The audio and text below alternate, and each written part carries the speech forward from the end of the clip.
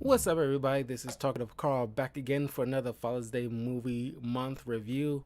And today is an oldie, uh, a movie starring Fred Savage and Judge Reinhold called Vice Versa.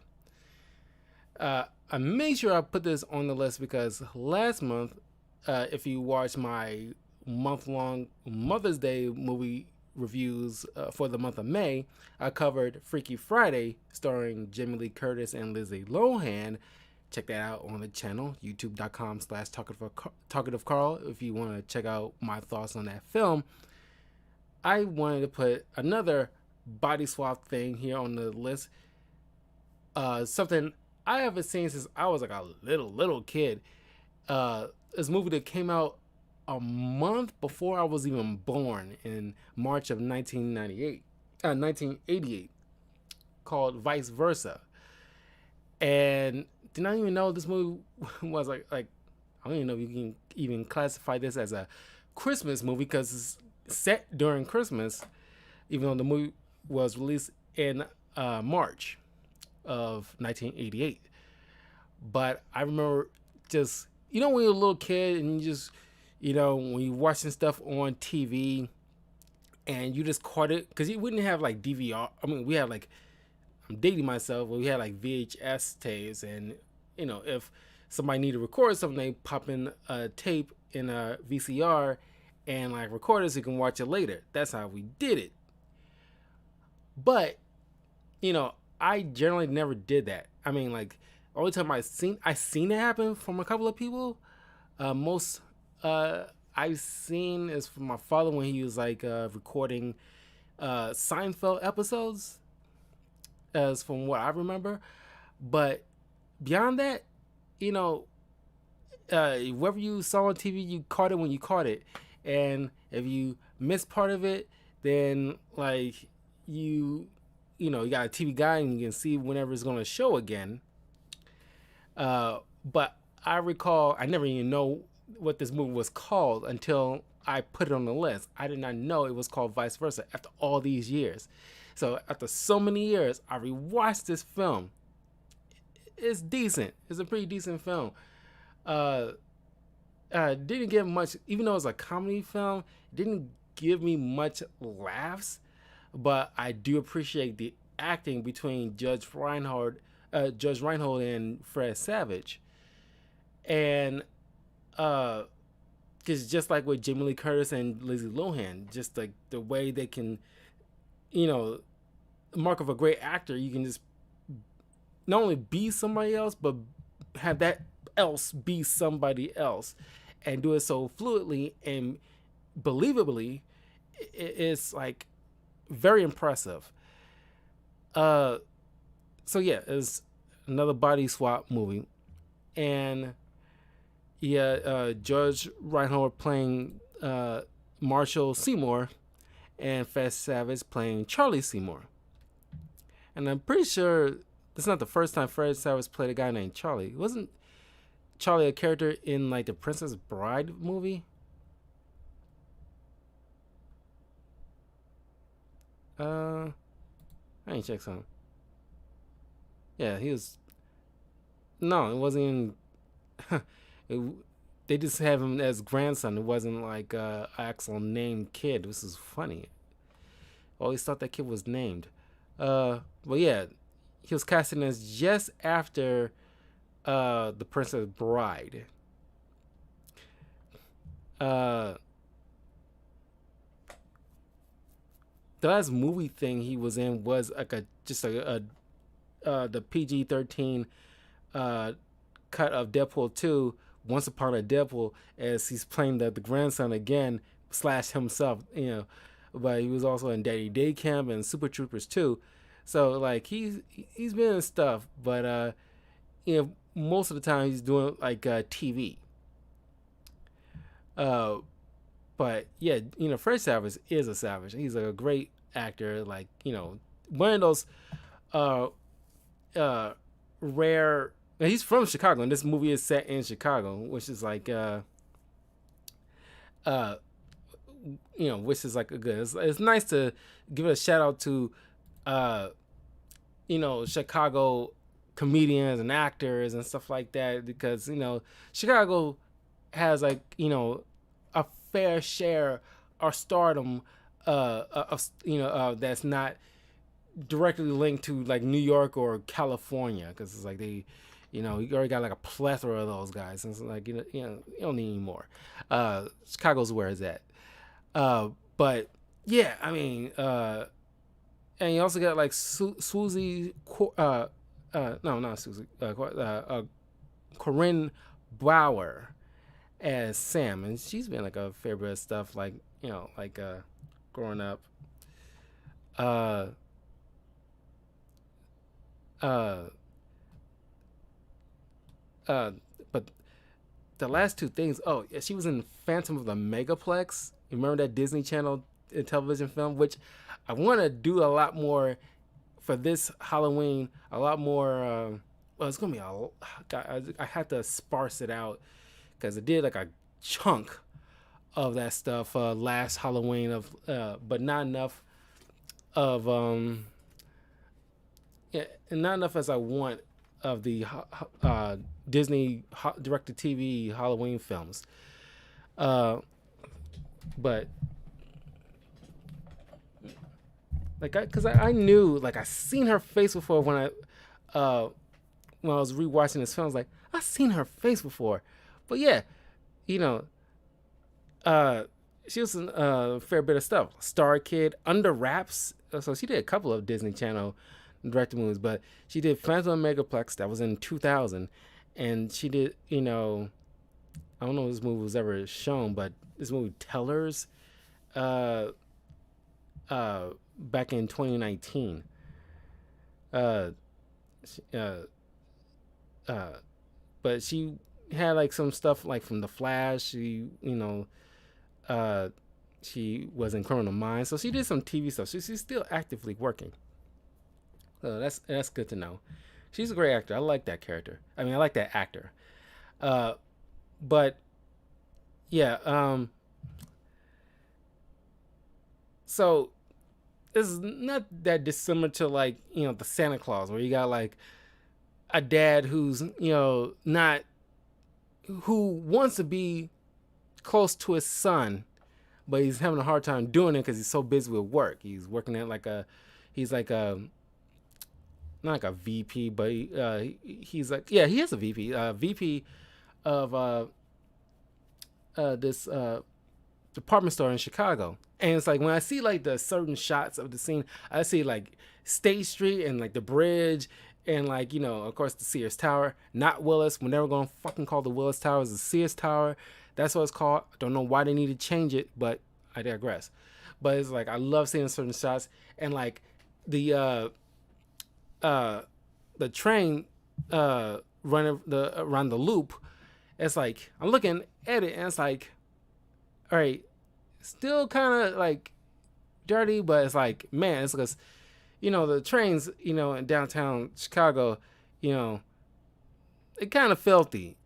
It's like on rare occasions, especially during like during the whole COVID situation and everything. Is like they're doing a lot better cleaning, and it's like, wow, y'all haven't cleaned this stuff in probably years. And it's probably the cleanest I've ever seen. These train carts and stuff. But looking in this movie, it's like, wow, this technically cleaner than in this film than I've seen. Maybe they did a little bit more cleaning for preparation of this movie, but things changed over the years. It was in the 80. It was during 1988, or it was filmed probably like a year or two prior. So of course, maybe in 1986 or 7, it was did some wiping down just to make sure it doesn't look like like grimy or anything like that. But yeah, he's missing his sons, and of course, like it's in the 80s and typical in the 80s and 90s. Just like in Freaky Friday, they trying to do like their teenager thing, like they want to be like a rock band kind of thing. It's like, wow, it's like I said in Freaky Friday, it's always like a thing in these teen comedy movies. It's always got like a kid, even though this kid is 11, but it's always like a thing. Like he's like practicing or not practicing. He's in this school play thing, or not like a play, but it's like he's this musical thing, and like him and his friends are like uh, playing music in front of everybody. He's showing up late, and like he's a divorcee, and she's already married, so it's like we don't have to hash out how he feels about the stepfather. And which is ironic, just like in the Santa Claus, which also stars Judge Reinhold. Uh, it's like a flip where it's like now he's the divorcee in here, but in that he's like the new man. But there's no animosity between the new husband and Seymour or Marsha, I should say. And I'm glad they kind of like ignore that. That's not the focal point here. Uh, uh, the mom and the new guy is going on like a vacation for a few days. So the boy's going to stay with his dad for that amount of time. And of course, earlier in the film, like Marshall was overseas in Asia, looking at like Asian artwork to bring back to the States for his the company. And he's in like a relationship with uh Corinne Bauer's character Sam, and they've been in like a relationship for quite some time, but they also work together. So looking at it through 2022's eyes, how this work relationship, even though they touched on it, it's like she doesn't know where they stand, and people look at her like, oh, like she doesn't want to give that kind of impression that she's doing things with certain doing certain favors to get to certain things in perks in the work stuff, and she doesn't give any that negative perception. Then you also get like certain lines from these other co-workers, and it's like looking through 2022's eyes, even back then it will seem gross, but when like three guys looking upon this other co-worker from afar, talking about like her mouth and like what they like to do and stuff like that, it's like, oh god, it's like so fucking gross. But I imagine it was like that at that time for the longest time, and even through like the 90s and like like early 2000s, I think like even though it's probably never been on record, is not accepted, but underhandedly, subtly, they shit was being getting away with where it shouldn't have been getting away with. That kind of things is like grossly inappropriate and like horrific. But like I said, I'm just looking through 22's eyes. This is 88, so don't like flip out. But these guys, I know this actor from many stuff. David Preval, working with Susie Kurtz, both playing like Turk and Lillian Brockmeyer, and they are like just art thieves, and they working with some guys getting this who got this skull that was stolen from this monastery. And of course this is another thing, it was typical in certain movies, since like mid 2000s on further in the past, where it's like, oh, Eastern magic kind of stuff and mystical, whatever. They steal this artifact. They got like bits of gold and like precious stones attached to it, so they think this, just nothing but like a rare piece of artifact. So they use uh Marshall as like unknowing pawn, trying to get through customs by putting it among his inventory while he was getting it through his stuff through legitimate means. Uh, uh, but they didn't realize that he was going, because they from New York, he's going to Chicago. So now they got like their stuff, at least one item mixed up with his, where this, I don't know why they wasn't keeping an eye on things, but whatever. So now he's home. He's calling, Marshall's calling the lady. It's like, hey, I got your stuff here. Like, if you come by Monday to my office, we can exchange it so I can get my thing. And then of course, while he's trying to connect with his kid, but it's like going like tits up, because he's like telling Charlie about you can't go to these you can't go to this rock concert. You can't bring your pet frog, to dinner. And he's being like a stick in the mud, and and Charlie's just not having fun at all. And in the way he's just talking back to his dad, it's like, wow, you is like, and it's usually typically white kids that get away with this kind of crap half the time. I wouldn't say all white kids, but it's telling and it's like, it's no animosity between like the girlfriend and Charlie, but she's a little bit more understanding with Sam is a little bit more understanding with Charlie than Marshall's being, because he's working all the time. He's I want to say he's rude, but he's like impersonal with his associates at work. So you see like his day-to-day life, what he is going through, and like the hassle he done with like the his boss, and not knowing what his coworkers really think of him, and like what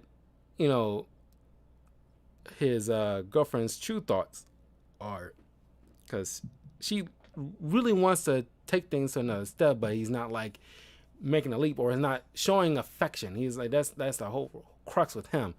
And Charlie is, I want to say he's being like a brat, but it's like he doesn't understand stress that his father going through. Is they having this argument talking about how like if you would have gone through school, because this kind of really drives home, like, because at a certain point adults stop understanding what was like being that age, because Charlie's 11, so he should be like fourth grade, I think, at least third or fourth grade. And it's like being like you don't understand. You don't have at least like you don't have people at work calling you names like like what do you say, like he said something weird like no kid would ever say, but maybe they said it in the 80s, but just like bonehead or butthead or something like that. And like showing that like and then like your teachers doing this and that and the other. It's just like with Freaky Friday. It's like with Lizzie Lohan's character explaining to the mom, it's like like you don't understand what I gotta go through. And it's like you think you can like do the stuff because like, oh, you've been through school before, oh, you can just do it again and do it better. It's like, no, things change over time. It's like, I don't think like I can go through high school again and just ace all those courses thinking like, oh, I did it once, I can do it again. Math and science, that stuff evolves over time. Things that typically we was scientifically sound before ain't sound no more. Like Pluto used to be a planet. It's not a planet anymore. It hasn't been for years, because it's gone smaller at a certain point. I think it was like early 2000s, mid 2000s, when it was finally like agreed upon that, because like the mass is shrinking, it's become less of a planet uh, at that point, so it's not considered one. Uh, but Marshall explained to his kid like, you don't understand like the stress I'm under and everything like that, and they wish they would trade each other's places. And unlike Freaky Friday, where it's like happens overnight with the switch, this one is like instantaneous. Whereas, not like body horror, but because as a kid I thought maybe because they're father and son, they probably looked alike, or at least Charlie would end up looking like his dad. So that's why when the dad shrinks, he turns to Charlie, and Charlie gets bigger and turns into his dad, and they just like, okay, they just reverse the ages. But no, it's because I think would have been better the way like the Lindsay Lohan thing, where it's just like their essence is just swapped over. But whatever. So Charlie grew out of his clothes, and Marshall just shrunk and can't fit in his clothes. So now they freaking out, and like I think they they freaking out at first, but like then Charlie's like is kind of thrilled at first because his dad's telling him that he had to call in sick and stay home, and it's like he sounded like I'm still your father, and like what, and he picks up his dad's like, well, I'm bigger than you now. It's kind of funny, and it's like, and like I like Judge Reinhold's dopey childlike face when he was like, rad, yeah. And it's like, and he's picking up one of those set of weights and stuff, like he's bigger now, so now he can like do certain things that he couldn't do with his small frame. And he's like, it was like, oh, I got all these credit cards, whoa. And then like, and it's like he's giving his father money for lunch, but he gives him $1, and it's like I'm pretty sure even in the 80s it'll be need a little bit more money for lunch than just $1. But he's having to gleefully telling his father like, have fun in school. So he there's a person supposed to give him like Charlie a ride, so his father had to go in, and it's like he's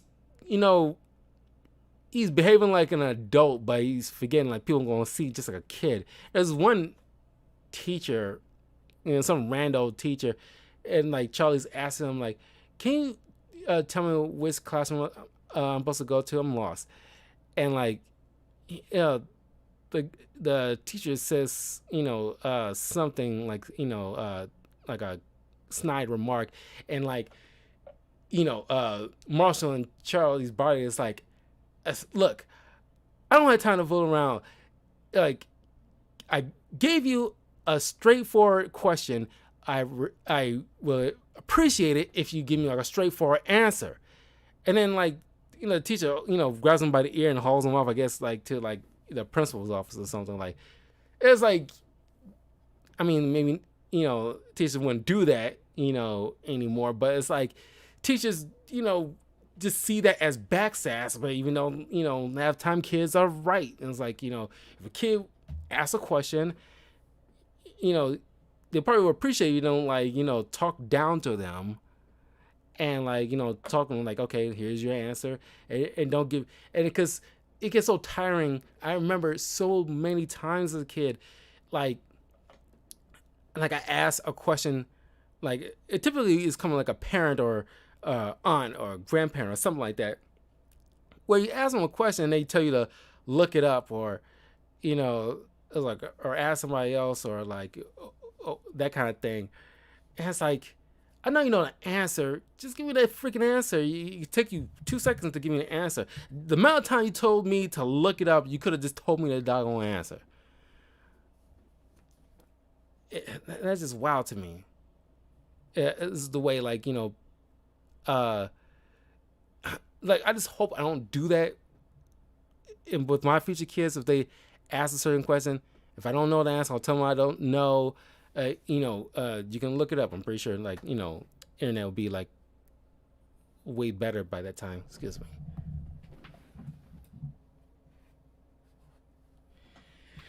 uh, but you know people tend to forget themselves when they get older, and what it was like, to be that age. uh but Charlie's at work, and like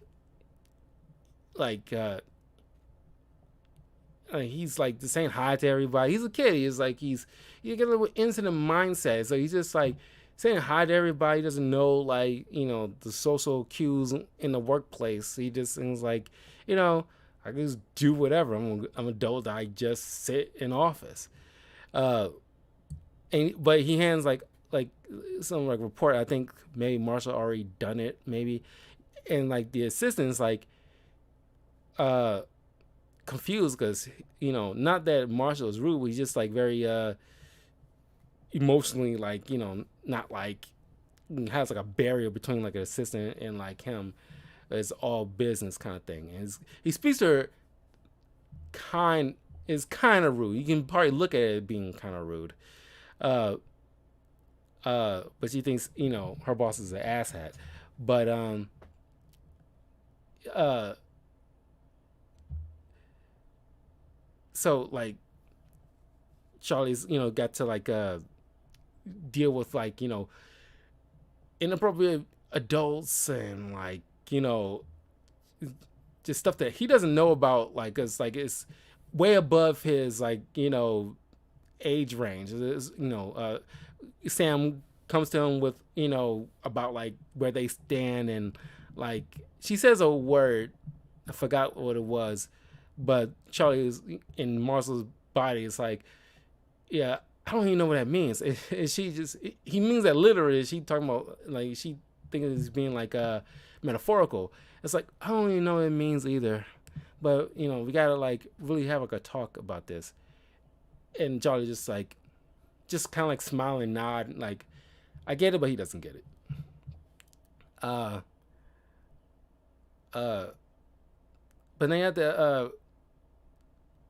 end up going to this historian professor at this at the Field Museum in Chicago, and it's understood, like, he had to take it to like Dalai Lama, or just a Lama, and figure out so they can figure out like what's going on with it, but it'll take time. In the meantime, the thieves are uh, tracking them, trying to figure out where the skull is, because it's worth a lot of money, and they thinking like, oh, Marshall's holding out because he figured out what like the thing's worth, not knowing what magic it wields. Uh, but like Charlie, I mean, Marshall is like, have to go through all this like hockey practice, and you see this like, screamy, just mean sucker of a hockey teacher, and it's like, you're teaching little kids and you talking this way, like, wow, it's wild to me, like, you just like get away with talking to kids the way you do. And like of course, like, Marcel doesn't know how to like ice skate at all, or play hockey for that matter, and he's like uh uh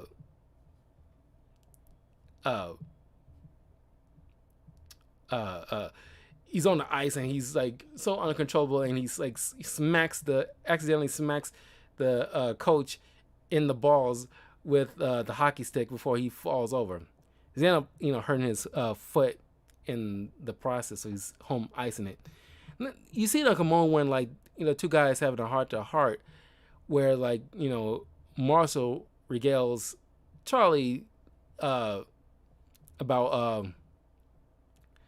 you know the issues him and his mom had, and that's why he never like being in the same room with her for too long. But it's like because he doesn't understand like the certain things that Charlie like rock. He doesn't consider. There's always things with parents like they don't consider that music, the where like the younger generation are getting into. But he grew up loving like uh uh the Beatles, and like him and his mom got together when when he went in high school, that kind of thing. It was young love, but Charlie asks is like, do you regret anything? That kind of thing. It was like, no, then I don't regret none of it. Despite how it turned out between me and your mom, I don't regret none of it because otherwise I wouldn't have you.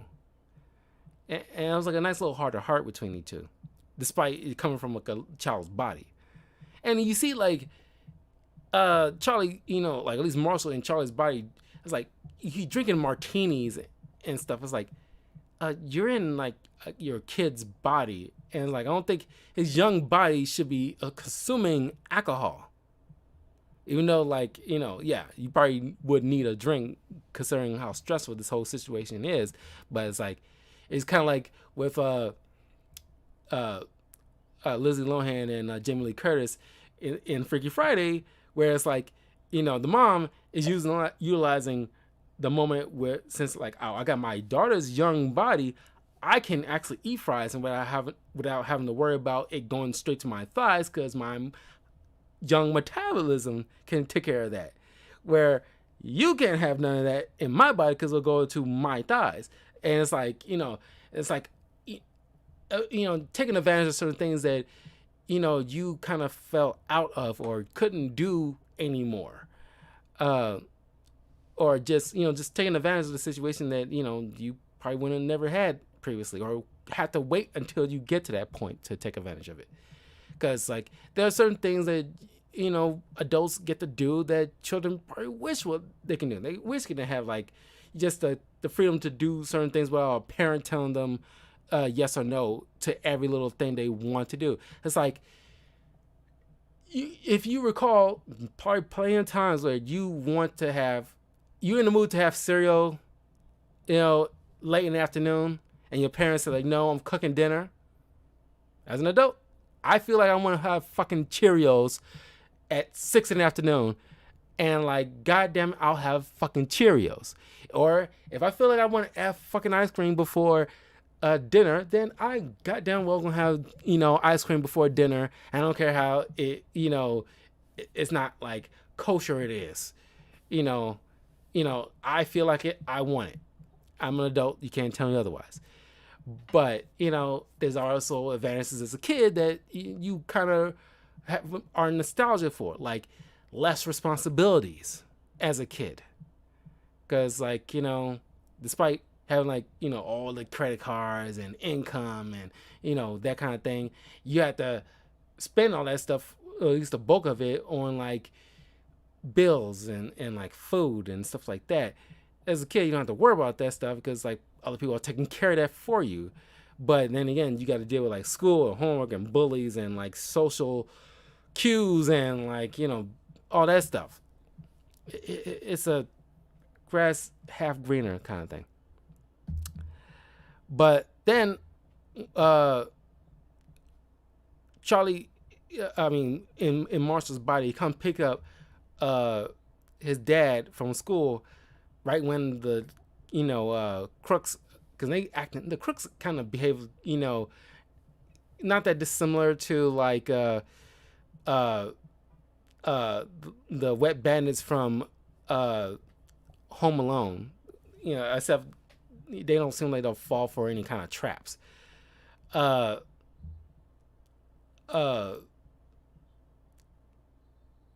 like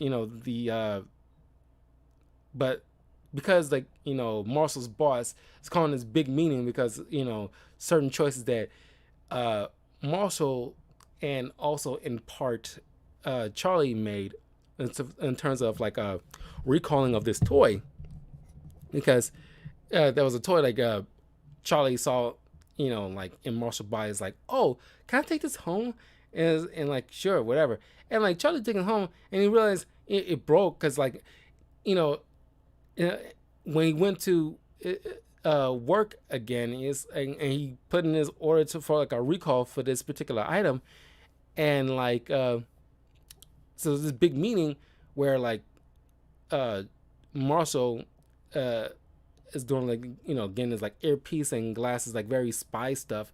So at the store, don't know why this department store got this high end spy stuff, but whatever. Seems to be like a type of thing you'll find. So maybe more of a seedy kind of pawn shop, maybe. But you know, Marshall goes to this store room while he's talking over the microphone, having Charlie say things for him word for word, so he can clear up this meeting as fast as possible, so they can find this llama, so they can like figure out how to change themselves back before things get worse. But then like as things were like going smoothly so far, Marshall gets kidnapped by these crooks trying to kidnap the kid to ransom to get the skull back. Charlie, in like an awesome moment in the scene, probably my favorite moment in the film, where he's like, because he's not dumb. Like, sometimes, adults think kids are, completely stupid, but they see more than you think they do. And Charlie just, just gets up and just speaks from a heart kind of situation, where it's like he tells his dad's boss is like, I work for so much. I work so much where to the point where I barely had time to spend time with my kid, but I do it even on the weekends, even on the holidays. But yet you treat me like he said yin yang. I don't know if that was like a slang term for the 80s, but you treat me like a like crap. Despite all that I give for this company. So you know what, if you want to like fire me, I just quit. You can hand the job off to these guys. They he points at the very gossipy co-workers of his, and then he just storms out because it's like he finally acknowledges that what his dad has to do deals with on like a probably on a daily basis, where his guy just treats him like garbage. But it's just like let's go with that. Yeah, treats him like garbage, and at least not appreciative of like the work he puts in, and like the toys were defective. I'm recalling them because like, what kid would want to play with a toy that falls apart in the first 10 minutes of playing it? And it's like you sell them defective crap, and it's like I recalled it, and it should be in his power to do so. Like why? Because he just wants like the boss only saw profit, and it's like is defective, and it's like that shouldn't be your mindset when it comes to giving out quality products, supposedly quality products. And he finds out that his father was kidnapped once he called in to like say what happened, because the crooks thinking like this is the kid. So he's like, don't freak out, they want this, just go do this, do that, and he's doing this in so calm. He's like not like freaked out or anything, like he's so matter of factly, whereas like one of the crooks asks like, have you done this before?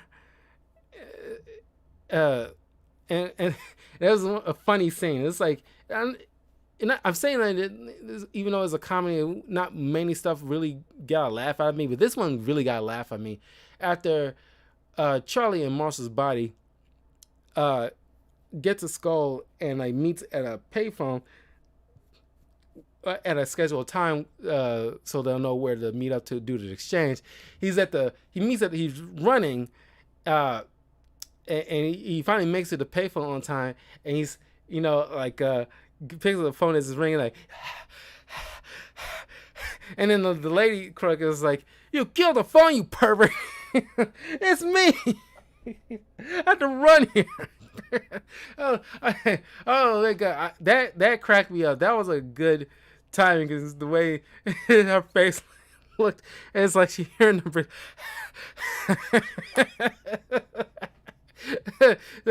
that got a big laugh out of me. That was a good one. But they meet at the train by the loop to do the exchange. It looked like it was near Wacker or Wabash. It's like somewhere close by in the loop, and even though like Marshall is trying to explain to him like this thing has magical powers, I'm really the father.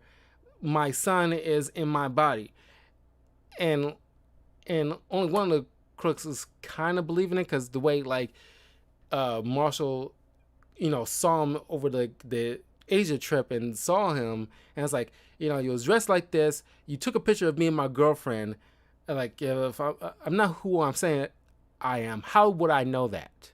How in the world would I know that specific information? But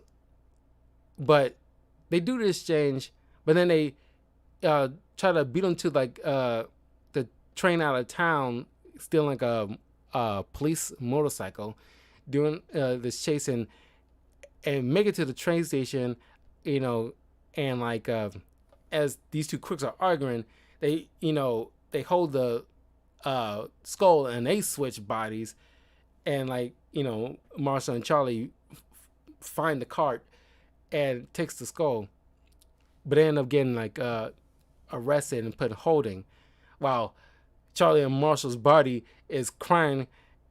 And it's like, man, this like really like speaks a lot to like I remember a lot of times when I was a little kid where it's like I was crying and like I hear my father in my head when Marshall and Charlie's body's like, stop crying. Like I hear my father when he's like, stop crying. Not that you loud crying, but it's just like it's just like X amount of time when you expect me to just put a stop to it kind of situation. But thanks to the stepdad, who's also a lawyer, luckily, there was release on their recognizances and stuff like that. So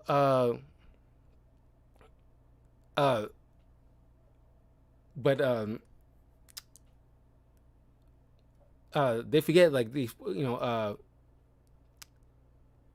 Marshall's supposed to take Sam on this kind of date before the Christmas break, but since they still switched, Charlie takes her to his rock concert that he was forbidden to go initially, but she had a great time considering that the stuff that Marshall usually take her to is relatively boring. But when they get back, she ended up kissing him, not knowing that's Charlie, and this being like Charlie's first kiss, even though he's 11 years old, and like this kind of like really, you can see like the vein popping in like Marshall's forehead, or at least in his son's forehead. But she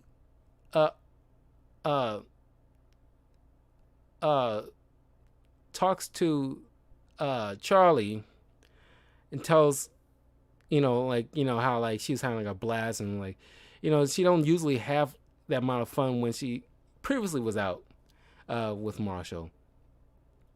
And this kind of really put things in perspective with Marshall, that like he needs to be a little bit more affectionate and you know uh, take things to another level with Sam. And uh,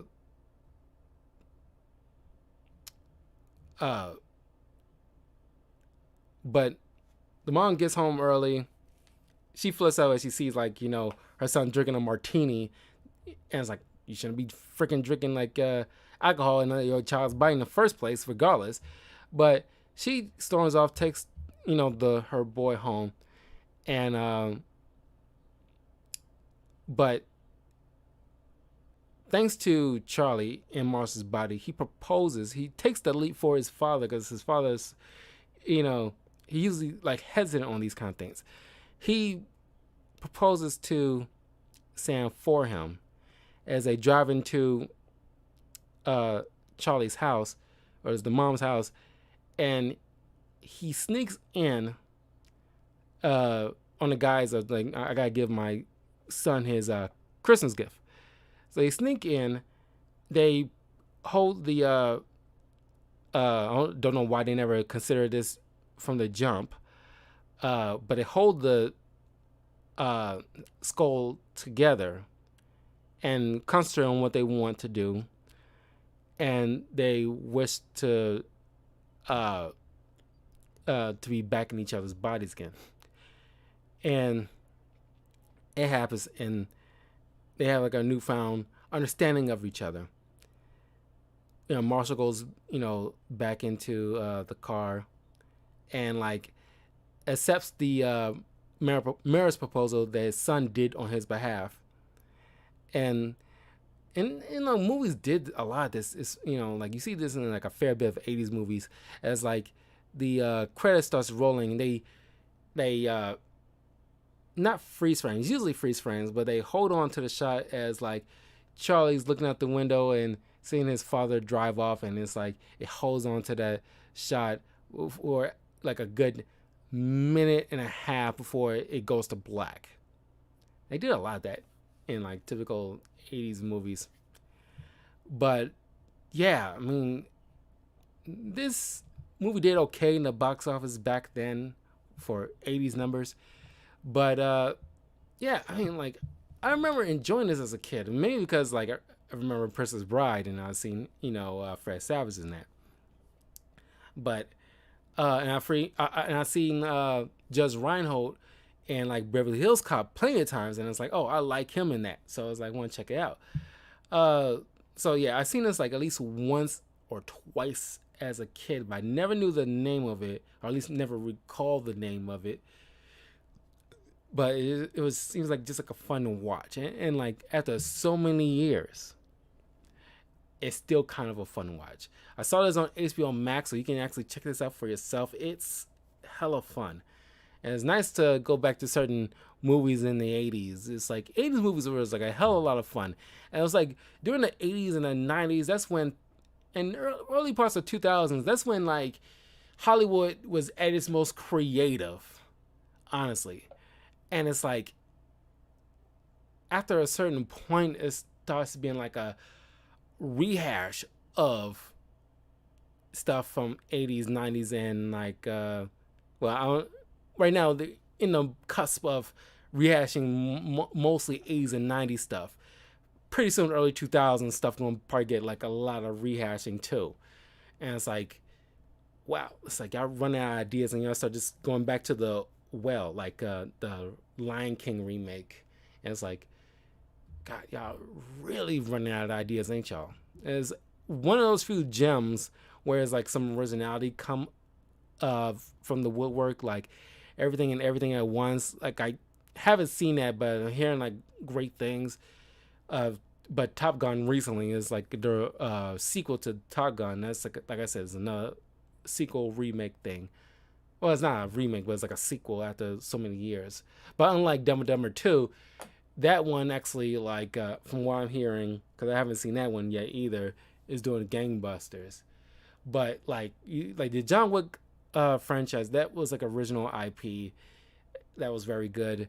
It's just like everything at once. That's another good idea that's original, and it's like we don't.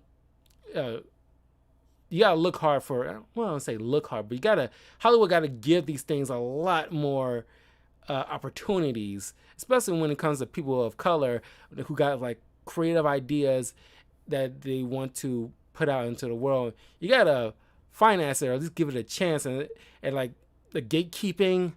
And then you really like nip that in the bud so that way more people get more opportunities and more chances. Because you never know what kind of gems you might get if you give them a chance. But yeah, uh, let me know in the comments if you've seen this movie at all, if you have it at all, because I don't know how many people have